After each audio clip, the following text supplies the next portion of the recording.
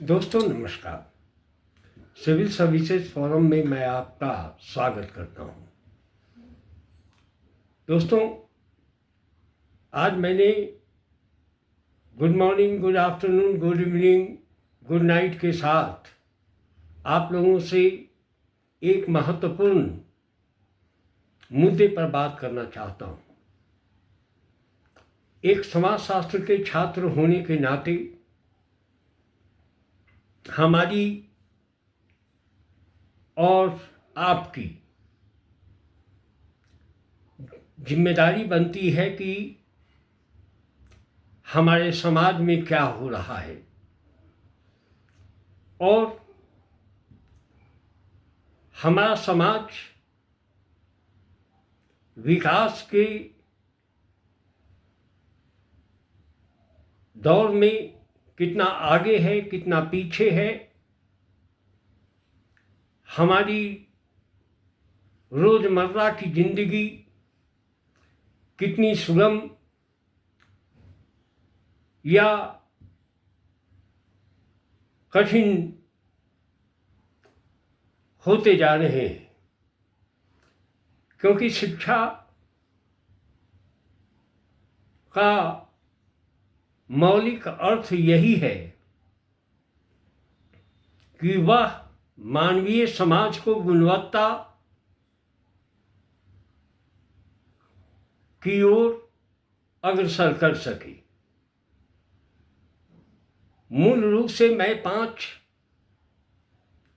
शब्दावलियों का प्रयोग भारतीय नहीं बल्कि वैश्विक दृष्टिकोण से गुणवत्ता को जोड़ने के लिए महत्वपूर्ण मानता हूँ।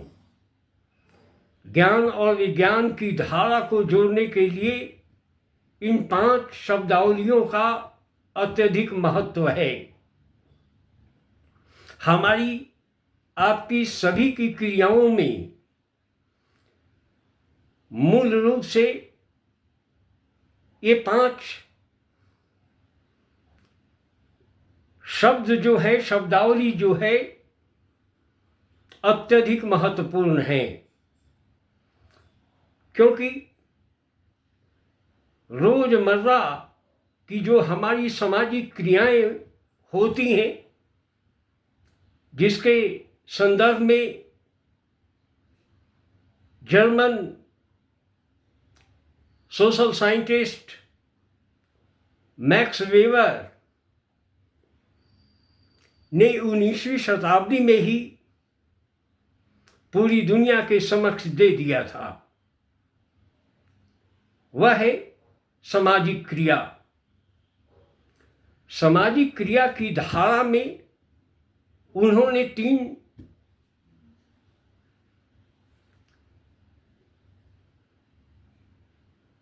स्किल की आवश्यकता पर बल दिया था कि 2 या 2 से अधिक व्यक्तियों के द्वारा की जाने वाली क्रिया अत्यधिक अपरिहार्य है। दूसरा, इस क्रिया को करने के लिए, किसी भी क्रिया को करने के लिए एक मौलिक उद्देश्य का होना अनिवार्य है। और तीसरी धारा उसने जोड़ी थी कि क्रिया और उद्देश्य के बीच में समन्वय स्थापित करते हुए उद्देश्य की प्राप्ति के लिए मीनिंगफुल एक्शन होने की जरूरत पर बल दिया था। ये यूरोप, अमेरिका, ऑस्ट्रेलियन कॉन्टिनेंट ने इन सैद्धांतिक आयामों को अपने जीवन में आत्मसात करते हुए राष्ट्र को विकास की धारा से जोड़ने का कार्य किया, जिसका प्रतिफल आज हमारे और आपके बीच में है। लेकिन मैं इस सैद्धांतिक आयाम से परे होते हुए सामाजिक क्रिया अर्थात हमारे और आपके द्वारा जो क्रियाएं की जा रही हैं उन क्रियाओं के लिए 5 मौलिक आधार या तत्व अपरिहार्य हैं, अनिवार्य हैं। वे हैं जो समाजशास्त्रीय शब्दावली में या समाज के, समग्र समाज के मंथन करने के बाद में इन 5 शब्दावलियों को मैं आप लोगों के बीच में रखा हूं, जिनमें सबसे पहले इंपीरिकलिटी अर्थात आनुभाविकता, दूसरी प्रैक्टिकलिटी अर्थात प्रायोगिकता, तीसरी क्वालिटेटिव ओरिएंटेशन अर्थात गुणवत्तापरक दृष्टिकोण, चौथा नॉन इथिकलिटी, नॉन NON डैश इथिकलिटी अर्थात अनैतिकता और डैश नैतिकता। और इन्हीं के आधार पर जो भी क्रिया की जा रही है उसका रिजल्ट चाहिए, और वह रिजल्ट जो है थ्योरेटिकलिटी है, वही सैद्धांतिकता है। मैंने लगभग 5 दशक से यह महसूस कर रहा हूं, क्योंकि 4 दशक से पत्रकारिता की दुनिया में और 3.5 दशकों में समाज के विभिन्न आयामों का व्यापक रूप से अध्ययन करते हुए स्पष्ट कहना चाहता हूं कि भारतीय समाज में इन 5 की कमी है। इन 5 शब्दावलियों पर केवल वैचारिक सहमति थोड़ी बहुत होती रही है, आर्टिफिशियलिटी है ये। इसका गुणवत्ता परक इन सारे शब्दावलियों का जो है अर्थ हम लोग समझ नहीं पाए हैं। आज हमारे बीच में जो दुनिया का एक सशक्त लोकतंत्र जो 1947 में स्थापित कर करके हमारे और आपके बीच में रखा गया, जिसकी धारा, जिसकी अवधारणा, जिसके सैद्धांतिक आयाम का इनोवेटर भारत में स्थित बिहार के वैशाली से विकसित हुआ। लेकिन आज उस लोकतंत्र और गणतंत्र की शब्दावलियों पर, सैद्धांतिक आयामों पर अब्राहम लिंकन की विचारधारा हावी हो चुकी है। मैं अब्राहम लिंकन की विचारधारा जो लोकतंत्र के प्रति विकसित है उसका विरोधी नहीं हूं। उसने सबसे बड़ा काम यह किया कि लोकतंत्र की परिभाषा को गढ़ते हुए लोकतंत्र को पूरी दुनिया में सशक्त ढंग से उठाने का कार्य किया। क्योंकि उस समय समाजवादी, साम्यवादी, फासिज्म, नाजिज्म, ऑथोरिटेरियनिज्म, टोटालिटेरियनिज्म की अवधारणा पूरी दुनिया में प्रोक्टरेट और कॉलोनिज्म के साथ साथ इंपीरियलिज्म के जो दुर्गंध थे,